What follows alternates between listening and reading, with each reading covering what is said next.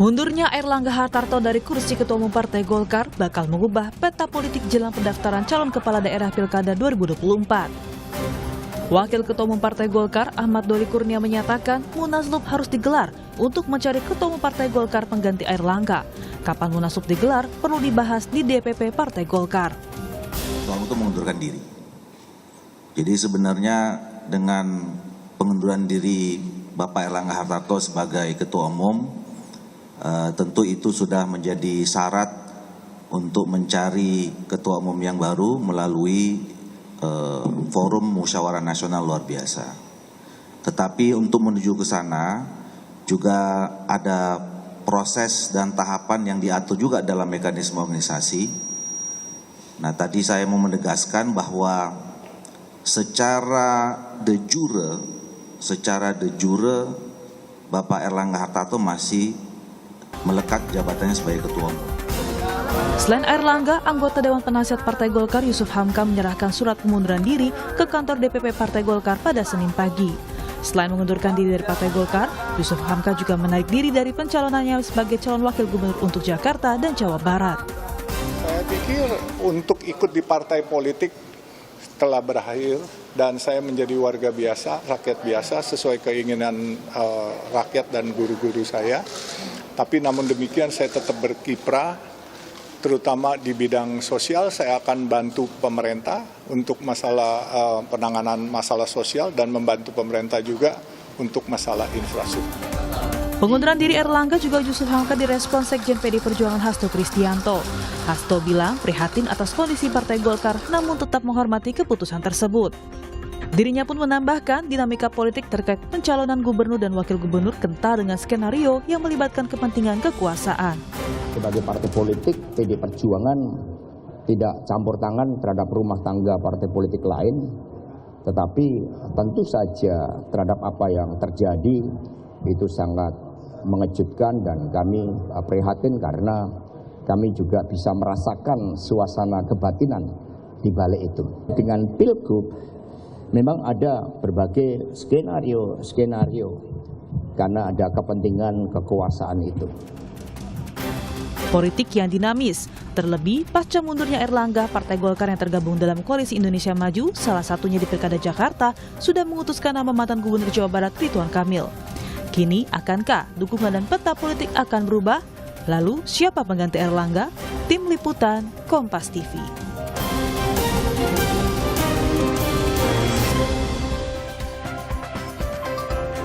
Mundurnya Airlangga Hartarto dari kursi Ketua Umum Partai Golkar mencuatkan beberapa nama menjadi pengganti Airlangga. Di antaranya Agus Gumiwang Kartasasmita, Bahlil Lahadalia, dan Bambang Susatyo.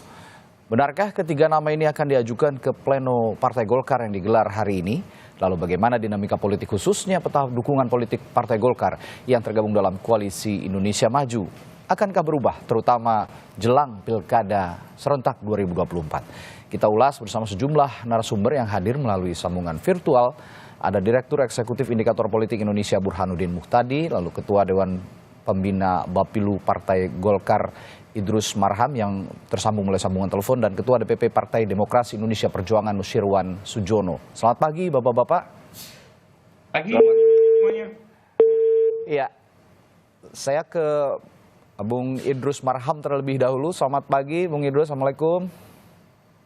Oh, tampaknya masih ada kendala komunikasi. Kalau gitu saya ke Pak Nusirwan dulu. Ini memang sudah ditegaskan oleh Sekjen Partai Anda, Pak Nusirwan, Mas Hasto Kristianto, bahwa tidak ada kaitannya dengan PDI Perjuangan dalam konteks mundurnya Ketua Umum Partai Golkar Airlangga Hartarto. Tapi yang digarisbawahi adalah begitu kentalnya dugaan intervensi terhadap partai politik oleh penguasa, begitu ya dikatakan, jelang Pilkada serentak 2024. Hal apa yang Anda lihat diintervensi kepada partai politik saat ini jelang Pilkada, Pak Nusirwan? Tentu Mas Hasto mengikuti proses sampai kepada statement tersebut tentu berdasarkan evaluasi selama pemilu lalu berlangsung. Ya. Dan itu kami rasakan langsung terjadi proses tersebut, sehingga wajar saja apabila Pak Hasto menyampaikan dan atau merasakan hal tersebut kepada pada kondisi yang terjadi pada saat ini terhadap rekan kami dari Partai Golkar maksudnya. Itu seperti apa yang disampaikan oleh Pak Hasto juga, dan kami pun mendengar sangat Ibu Ketua Umum sangat memprihatinkan hal tersebut terjadi ya. Tentu hal yang seluruh pihak, semua pihak tentu tidak berharap akan terjadinya kondisi-kondisi tersebut, apalagi kita menghadapi kurang berapa bulan adanya pilkada serentak, dan itu akan sangat berpengaruh terhadap situasi ke depan untuk tentunya pada saat penetapan yang berlangsung di seluruh daerah. Oke, ya saya ke Bung Idrus lagi. Bung Idrus, Assalamualaikum. Baik, sudah tersambung kembali. Ya, Bung Idrus, kalau ada dugaan-dugaan intervensi dan segala macam, tapi memang adakah tekanan yang Anda ketahui dari penguasa, katanya yang dikatakan penguasa terhadap mundurnya Pak Erlangga Hartarto sebagai Ketua Umum, Bung Idrus? Ya, kalau kita melihat selama ini dan Partai Golkar merupakan bagian integral dari Koalisi Indonesia Maju, dari langkah-langkah politik yang diambil oleh Erlangga sebagai Ketua Umum, tidak ada alasan yang bisa dijadikan dasar untuk menekan-nekan Partai Golkar. Kenapa? Karena Partai Golkar paham betul bagaimana sejatinya menempatkan diri ya ketika kita sendiri dan ketika kita bersama. Kalau kita sendiri, kalkulasi politiknya di dalam mengambil kebijakan jelas. Ketika bersama dengan Koalisi Indonesia Maju juga jelas. Kalkulasi kepentingan yang ada. Jadi mulai daripada penentuan koalisi ini dan mengusung Prabowo Gibran ya sebagai calon presiden dan wapres dan akhirnya berhasil, pasti orang mengakui semua bahwa peranan Partai Golkar cukup besar. Nah, kemudian yang kedua, menghadapi pilkada juga orang juga tahu persis bagaimana kebijakan-kebijakan yang kita ambil ini betul-betul mengikuti kesepakatan-kesepakatan yang ada dengan kalkulasi politik yang orientasinya adalah kemenangan pilkada itu untuk menjamin kesuksesan kepemimpinan Prabowo di tingkat pusat. Oke. Sebutlah misalkan DKI Jakarta, sebutlah misalkan Jawa Barat, sebutlah misalkan Jawa Tengah, dan juga sebutlah misalkan Banten. Apa yang dilakukan oleh Partai Golkar itu betul-betul mengikuti seluruh proses-proses yang ada, dan di dalam proses itu ada perdebatan-perdebatan tentu yang tetap berorientasi bagaimana supaya soliditas tim ini. Dan oleh karena itu maka dari perdebatan-perdebatan itu kan format paslon yang keluar itu kan macam-macam.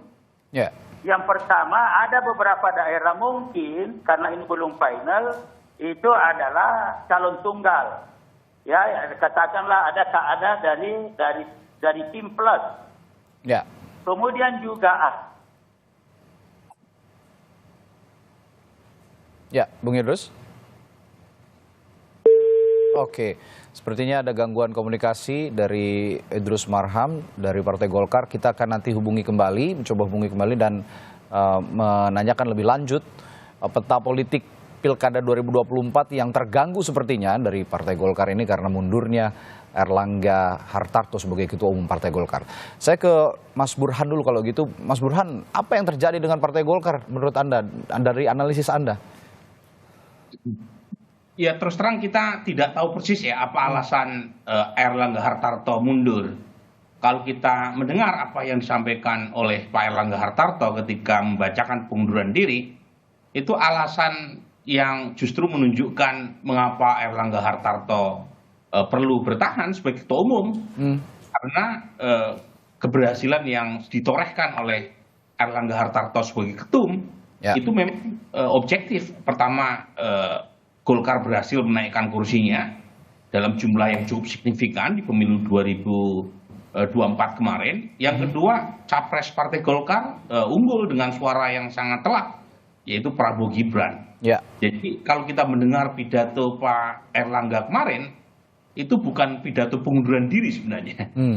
Itu pidato mengapa Erlangga Hartarto perlu bertahan, karena keberhasilannya sebagai ketua umum Partai Golkar. Tapi lepas dari alasan yang sebenarnya yang melatar belakangi mengapa dia mengundurkan diri, yang sampai sekarang masih kabur tadi, memang Golkar menghadapi situasi yang tidak mudah ya, terutama dalam beberapa bulan ke depan.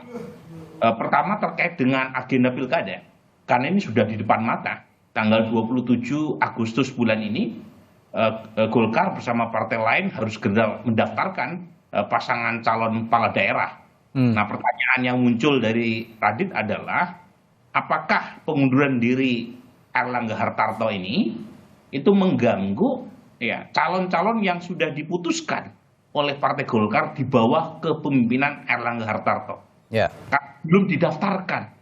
Ini jangan lupa ya. Jadi calon-calon yang sudah diputuskan oleh Erlangga Hartarto sebagai ketua umum Partai Golkar itu belum didaftarkan ke KPUD masing-masing. Artinya, kalau terjadi perpindahan kepemimpinan, pertanyaan yang muncul kemudian, seberapa besar ya pergantian kepemimpinan di tingkat Golkar tadi mengganggu rekom yang sudah dikeluarkan oleh Pak Erlangga Hartarto. Nah, ini yang saya kira nanti akan dibahas terutama dalam pleno malam ini, itu berkaitan dengan legalitas pengunduran diri Erlangga Hartarto, ya, karena secara de jure ya pengunduran diri itu belum diterima oleh pengurus Partai Golkar, perlu diplenokan. Nah, yang kedua terkait dengan jadwal Munas. Munasnya kapan? Kalau misalnya Munasnya itu dilakukan bulan Desember sesuai dengan agenda awal Partai Golkar, kemungkinan tidak terjadi perubahan berarti terkait dengan siapa pasangan calon kepala daerah yang diusung oleh Partai Golkar. Karena Desember itu artinya setelah jadwal pilkada selesai. Kalau misalnya Munasnya dilakukan sesegera mungkin, apalagi sebelum pendaftaran tanggal 27 Agustus bulan ini, kemungkinan punya dampak. Nah, seberapa besar dampaknya itu sangat tergantung oleh siapa yang menjadi ketua umum nanti. Ini yang saya akan tanyakan juga ke Bung Idrus selanjutnya. Bung Idrus sudah tersambung kembali ya? Mas Radi dan saya kira betul pertanyaannya tadi Mas Burhan itu tentang masalah status ya paslon-paslon yang sudah diputuskan. Jadi perlu saya jelaskan adalah bahwa salah satu kekuatan Golkar itu adalah ada pada sistem. Ada pada sistem, dan karena itu maka keputusan-keputusan yang sudah diambil kemarin itu adalah keputusan institusional, keputusan partai, bukan hanya keputusan Erlangga Hartarto. Karena keputusan partai tentu itu berlaku meskipun terjadi perubahan atau pergantian ketua umum. Nah, tapi di dalam prakteknya nanti tentu mungkin saja ada satu dua yang perlu ada diskusi. Tentu dan sudah diperhitungkan akan mengganggu proses pilkada ini. Itu satu jaminan dulu. Jadi tidak ada karena keputusan institusi. Ya, jadi bukan keputusan Erlangga, ini dulu penting. Nah, kemudian terkait dengan proyeksi Munas, ya memang malam hari ini itu ada rapat pleno. Dan rapat pleno itu nanti yang pertama pasti akan menetapkan penerimaan pengunduran diri Erlangga selaku ketua umum. Nah, setelah itu maka barulah berakhir Erlangga sebagai ketua umum. Dan segera ditindaklanjuti dengan PLT. Ya, pelaksana ketua umum. Dan setelah itu, dengar-dengar dari DPP itu akan segera menjadwalkan pelaksanaan Munas.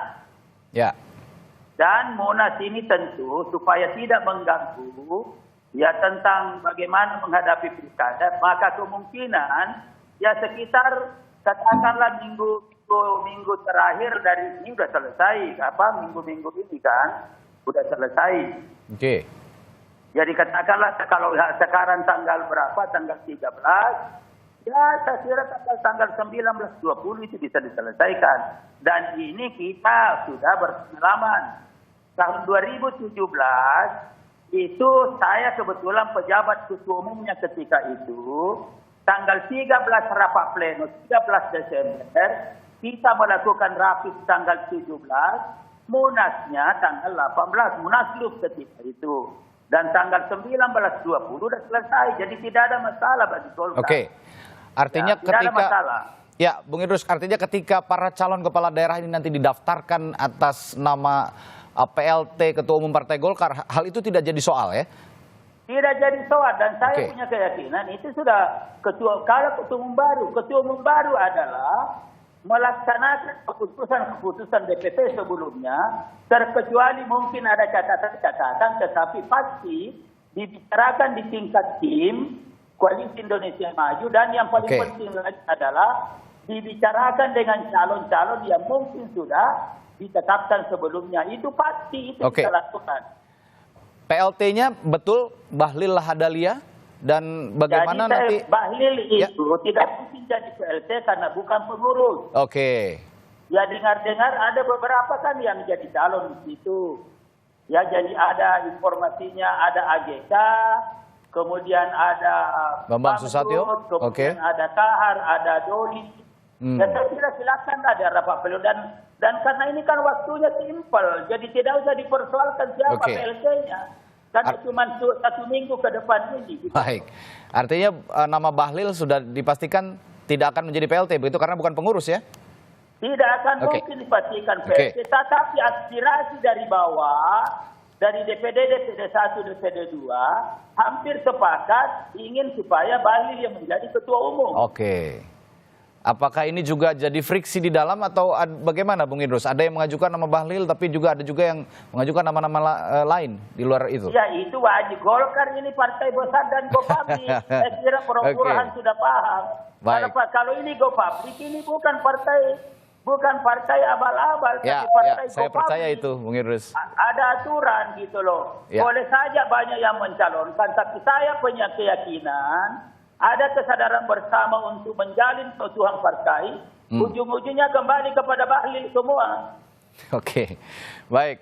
Saya kembali ke Bung Nusirwan. Tadi juga saya sudah menyimak bahwa Bung Nusirwan melihat begitu ada intervensi dari penguasa terkait partai politik yang akan menghadapi pilkada serentak. Kalau begitu, kalau Anda punya pandangan seperti itu, Anda melihat juga bahwa residu pemilu presiden kemarin ini masih ada di pilkada serentak 2024, Pak Nusirwan? Kita belum sampai kepada kesimpulan seperti itu karena saat ini sedang berlangsung. Silakan Pak Nusirwan. Saat ini sedang berlangsung proses administrasi di masing-masing partai politik.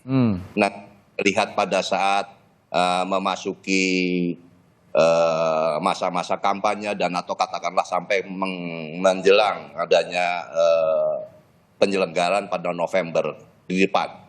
Tapi tentu kita patut untuk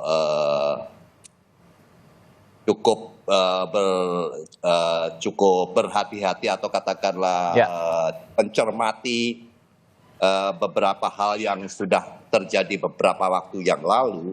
Dan saya sepakat dengan apa yang disampaikan oleh Bung Idrus, karena semua ini sebetulnya partai politik, saya tidak menyebut 1, 2, tapi seluruh partai politik tentunya bekerja berdasarkan sistem, berdasarkan berdasarkan keputusan institusi, sehingga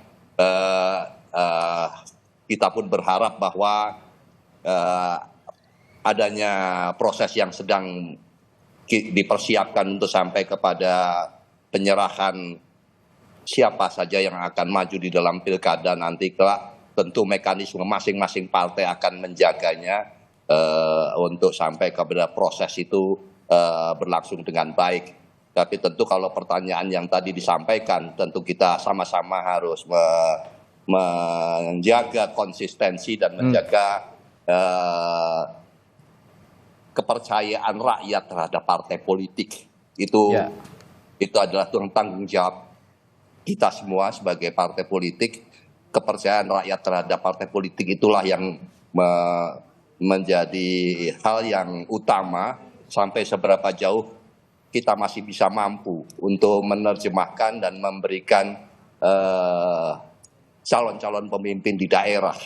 Dan meskipun secara faktual di lapangan juga tidak mudah, tapi kami dari PDI Perjuangan berupaya untuk mengaspirasi rakyat itu bisa kita suguhkan, kita bisa tampilkan, meskipun beberapa hambatan dan kendala-kendala yang itu biasa di dalam setiap pemilihan.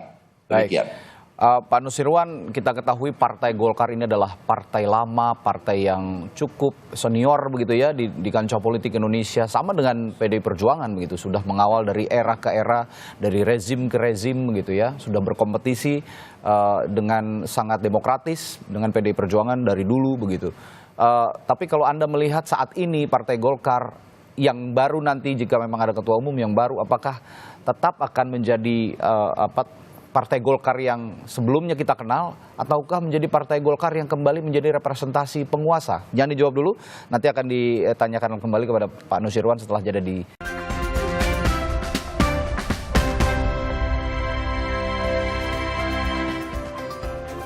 Kembali di Sapa Indonesia Pagi, tadi saya sempat menanyakan kepada Pak Nusirwan dari PDI Perjuangan soal Partai Golkar yang sudah lama eksistensinya ada di kancah politik Indonesia, bahkan sama dengan PDI Perjuangan juga sejak awal mengawal negeri ini menjadi republik. Partai Golkar dan PDI Perjuangan sudah sama-sama mengikuti kontestasi demokrasi dengan sangat demokratis, dengan sangat positif.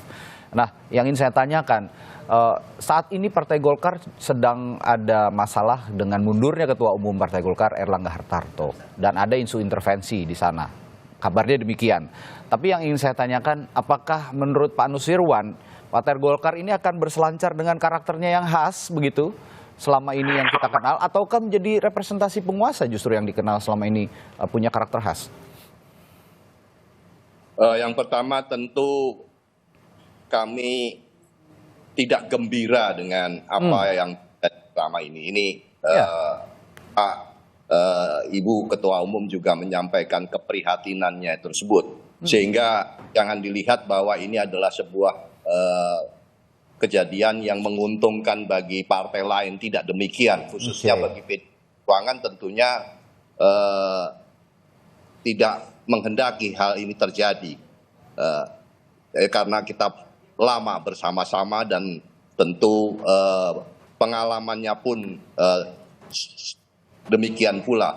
Dan berkaitan dengan pertanyaan tadi, saya melihat bahwa saya masih berkeyakinan para tokoh-tokoh, para pimpinan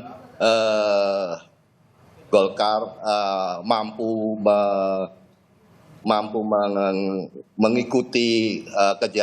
mengikuti proses yang sedang berlangsung saat ini dan mampu menjaga keutuhan, mampu menjaga kebesaran dan kokohnya partai tersebut. Jadi kami masih berkeyakinan hal tersebut masih akan dipegang teguh oleh teman-teman bapak-bapak senior, teman-teman saat ini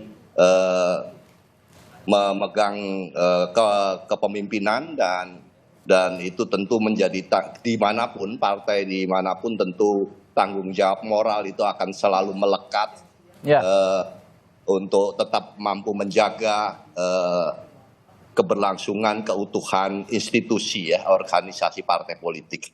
Itu juga yang kita harapkan bersama, bahwa Partai Golkar tetap menjaga marwahnya begitu ya, meskipun ada isu seperti ini, terutama yang juga kita perhatikan bersama, yang harus kita perhatikan bersama adalah konstituen yang sudah dipupuk Partai Golkar selama ini di seluruh penjuru negeri begitu, termasuk untuk menghadapi pilkada serentak.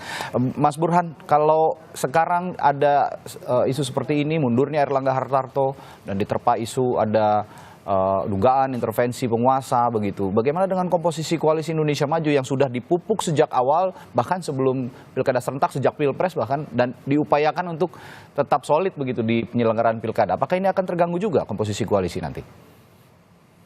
Saya menduga tidak terlalu banyak efeknya ya terhadap koalisi. Bahkan kalau kita menyimak pidato pengunduran diri Airlangga Hartarto, itu kan ada kata-kata untuk memuluskan transisi pemerintahan.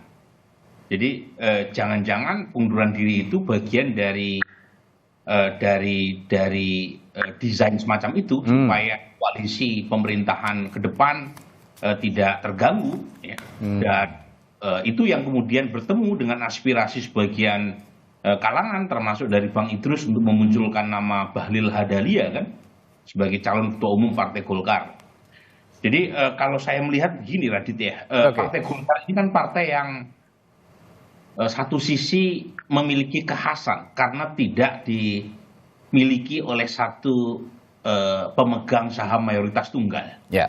Ini berbeda dengan partai-partai pada umumnya di Indonesia.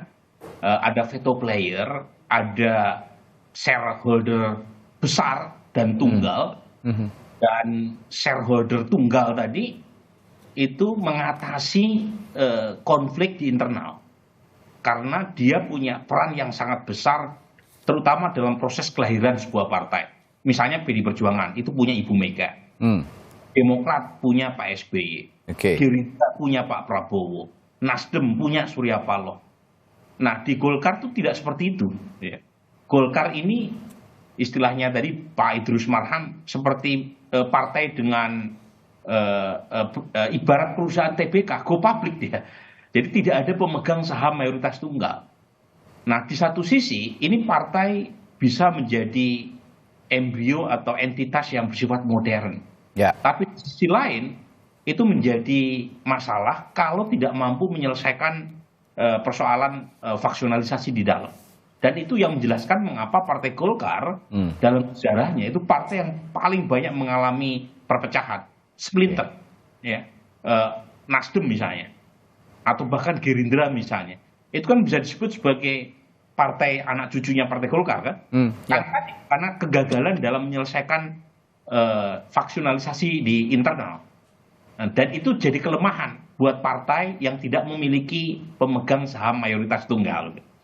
Nah, pada titik itulah kemudian doktrin karya dan kekaryaan Partai Golkar itu menjadi satu sisi menjadi doktrin Partai Golkar, tapi juga bisa menjadi titik lemah Partai Golkar karena Golkar menjadi sangat tergantung sama siapapun yang berkuasa. Dan itu yang menjelaskan mengapa setiap pergantian rezim itu melahirkan ketua umum baru.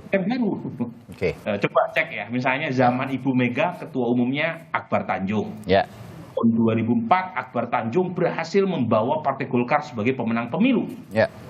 Hanya sekali Partai Golkar Orde Baru jatuh 2004 langsung Partai Golkar menjadi pemenang. Tetapi apa yang kita lihat di Munas Golkar di Bali?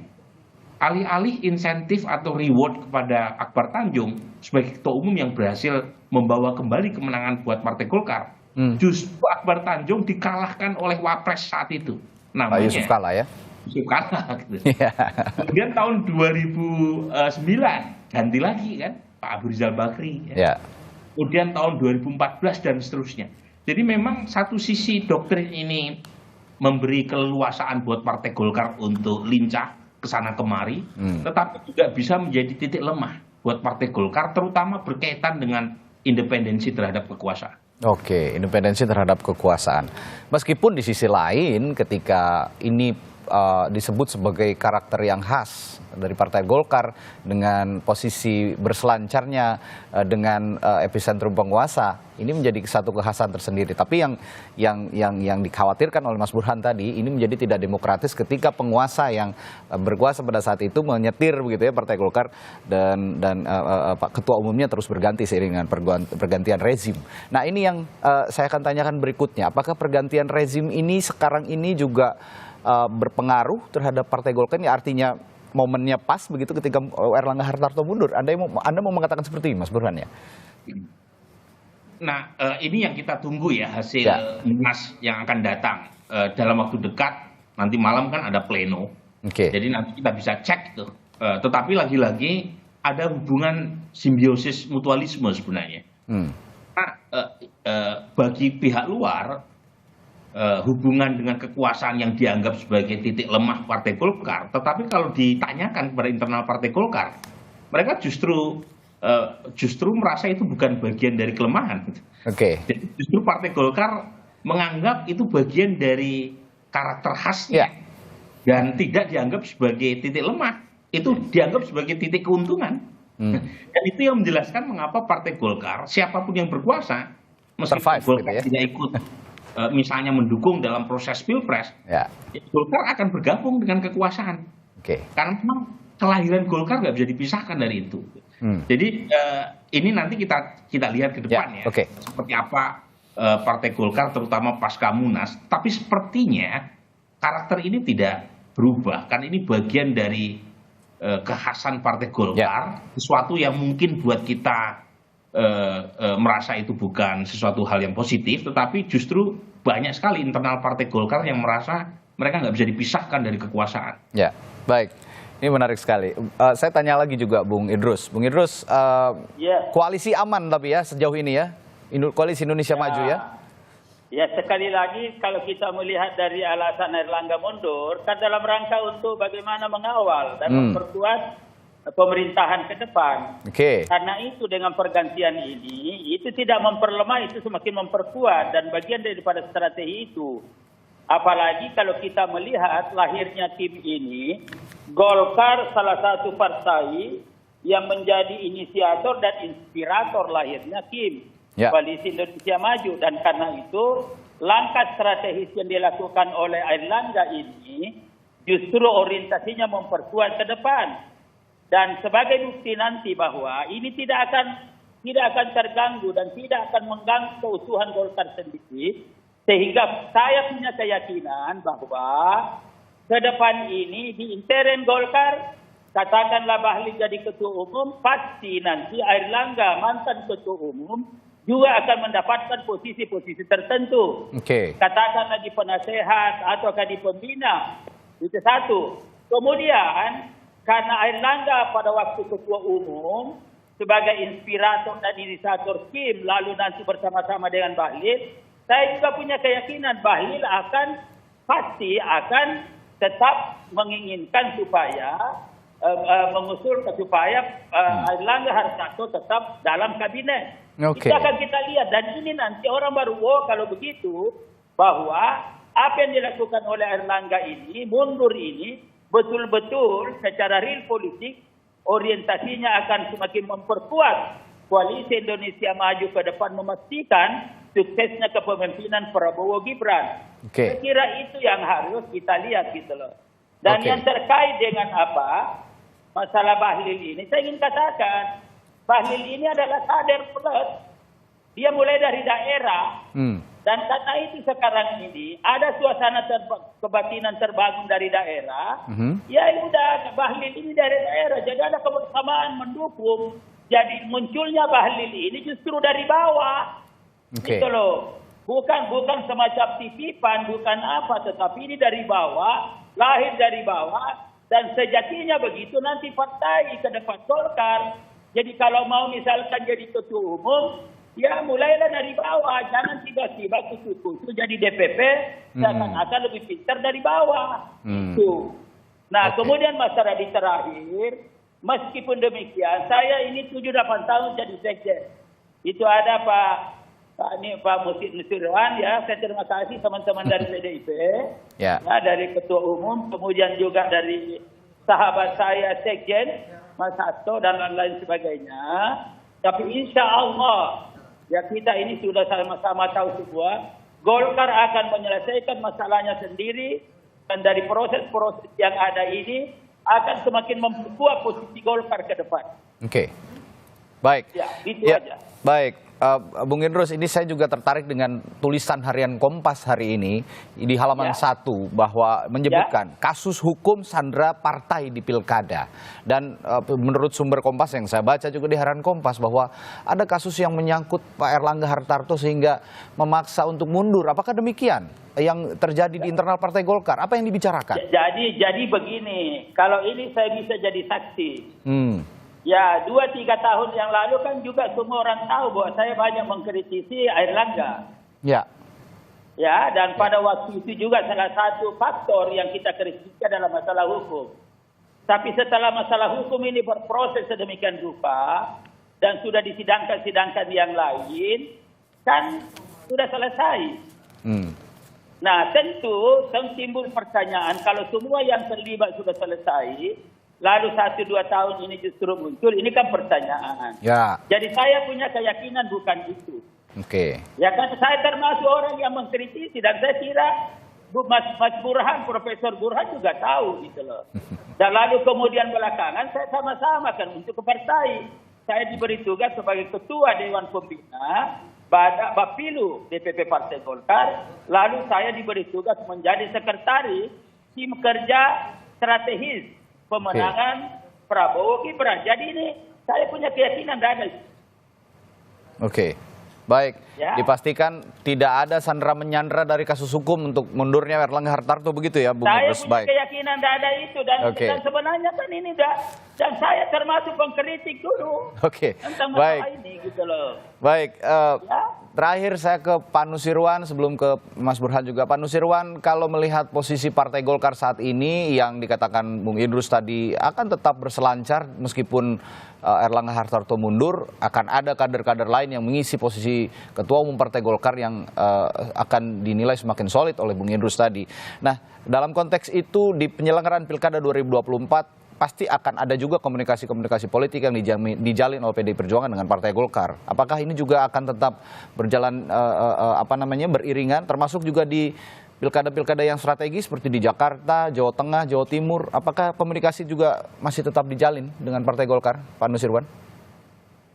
Tentu bahwa apapun kondisi dan situasinya, komunikasi politik itu tetap harus berlangsung.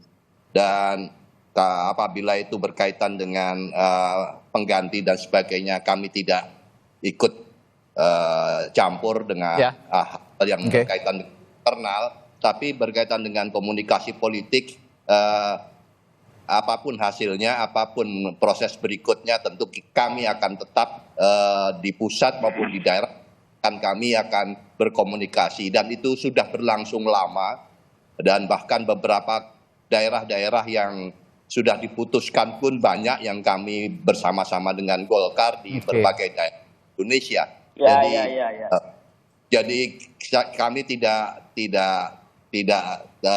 terpengaruh komunikasi politik, tetap harus, bahkan harus saya katakan tetap berlangsung untuk melakukan kerja-kerja politik yang ke depan masih begitu padat, begitu banyak. Demikian. Baik. Terakhir ke Pak Saradi. Terakhir singkat. Bung Idrus silakan. Jadi apa yang disampaikan oleh Mas Nusirwan itu luar biasa. Dan memang paradigma yang kita kembangkan dalam berpolitik itu, teman-teman partai lain kita anggap sebagai mitra perjuangan, bukan sebagai lawan. Ini dulu nih. Nah, oleh karena itu benar kata Mas Nusirwan adalah bahwa komunikasi politik adalah sebuah keniscayaan. Saya buka aja, saya kata Golkar dulu berada pada oposisi beberapa saat ketika itu. Saya ketua koalisi, merah putih. Lalu ketika itu ada Indonesia Hebat. Orang mungkin tidak tahu, 1, 2, 3 kali dalam posisi saya itu, ketemu dengan Mbak Mega, ketemu dengan Mas Hasto, Mas Puan, Mas Pram. Jadi itu nggak ada. Jadi ini sebagai mitra, ini harus wajib hukumnya. Kita komunikasi sebagai anak bangsa. Sebagai implementasi dari konsep asas kekeluargaan dan kegotong royongan. Ini PDIP, Pak Mas Hussein ya. Jadi ini jalan semua, pokoknya nggak usah khawatir.